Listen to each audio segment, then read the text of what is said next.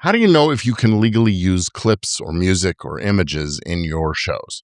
Well, most creators think that they understand how rights and fair use work, right up until they get that takedown notice, or worse, a strike on their channel. Or worse than that, they get served with papers telling.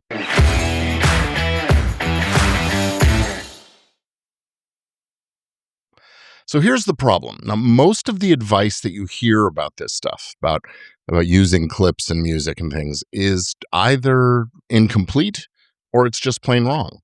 So today I'm going to remedy that and give you a simple way that you can figure out and decide whether you can use clips, music, images, poetry, spoken word, things like that. Before you hit publish, you'll know. Now, here's what most people believe. I can't tell you how often I hear creators justify taking material and using it without permission with arguments like, but I'm not making money from it, or, well, I gave credit, or it's only a short clip, or I see other creators doing this. And the thing is, none of that makes it legal. At its core, this comes down to one thing, and it's really a simple rule.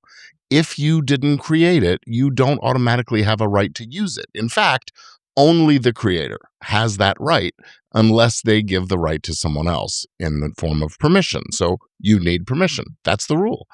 And there really are only a couple of little exceptions, and they don't apply nearly as often as most people think they do.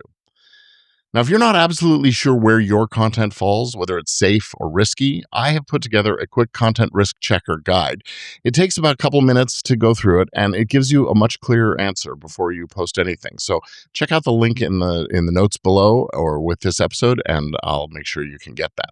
So this is where people typically bring up this notion of fair use. And fair use is a thing. It does exist. It's actually codified inside the Copyright Act as a defense against copyright infringement lawsuits. But most creators treat fair use like permission. It's not. It's not a shield at all. Fair use is a defense that you raise after you've been challenged. In other words, you don't really get to talk about it until the takedown happens or you're being sued, and then you present the case in court. And here's what most people don't really know. Nobody tells you this, that defending a fair use claim, or really any kind of copyright claim, can be expensive. Really expensive. I'm talking tens or even hundreds of thousands of dollars, not just in hard cash, but also your time, your investment in getting to the outcome, the stress, the legal fees, and even if you win, you still had to pay to get there. There's really not a mechanism in most cases to get your attorney's fees paid back. So you could be as right as rain and still pay a big, hefty price. But even beyond that, things get even more complicated. You see, platforms like YouTube and even your Spotify's and other podcast services, they are not there to protect you. They're not there to protect you. They are here to protect themselves. They are always looking out for number one, themselves. So when a claim or a takedown happens, the platform isn't asking, is this fair or is it right? What they want to know is, how do we stay out of legal trouble? And the way the law is set up, there's a safe harbor for them if they follow certain protocols, the takedown and the counter notifications and all of that. So what happens in these scenarios is your video or podcast episode or whatever gets taken down. Monetization gets blocked. You can get strikes on your channel or with your hosting company. And if you get enough of those, that could put your entire account at risk. All of that can happen before you've even really had a chance to argue your case. That's why the goal isn't just to understand this stuff, especially the fair use defense. The goal is to avoid getting pulled into a claim in the first place. Big movie and TV studios have lawyers on retainer that help them figure this stuff out. I've spent 3 decades of my life, my whole career basically, working in Hollywood, doing just this kind of work. Pre-production script reviews, production clearances, rights clearance analysis, actually securing the necessary licenses and permissions. And I can tell you, it's work. But the thing is, for most of us in the digital media space, the creator economy space, having lawyers on retainer for this kind of thing just isn't practical all the time. So here's a simple way I want you to use to think about this before you start to publish. Ask yourself these questions. Did I create this? If the answer is yes, you're good. If it's no, then keep on going. Next question. Do I have permission or a license to use it? If the answer is yes, you're in a much safer position. If it's no, the risk goes up exponentially, right?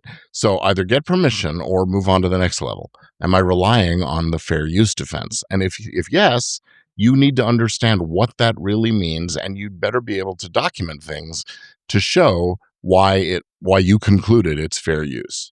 Next question. Would I be able to defend this if challenged? Could I defend it if challenged? Not explain it, but actually defend it.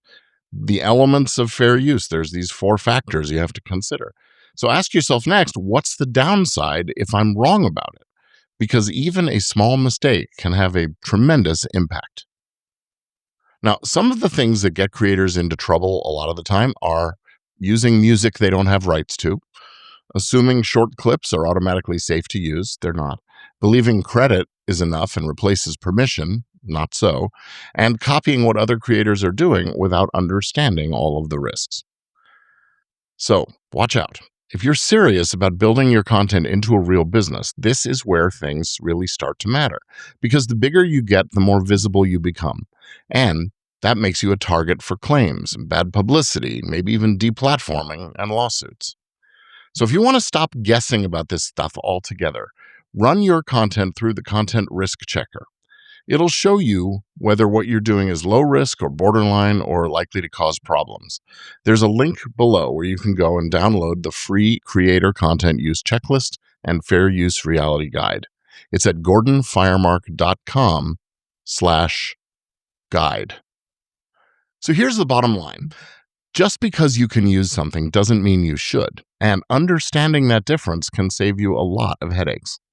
Now, next time, we're going to be talking about something every creator wants, making money, and how to do it without giving up control over what you've built. I'm Gordon Firemark, and this has been Legit Podcast Pro, and I'll see you again really soon. In the meantime, keep on creating, but be smart about it. Take care.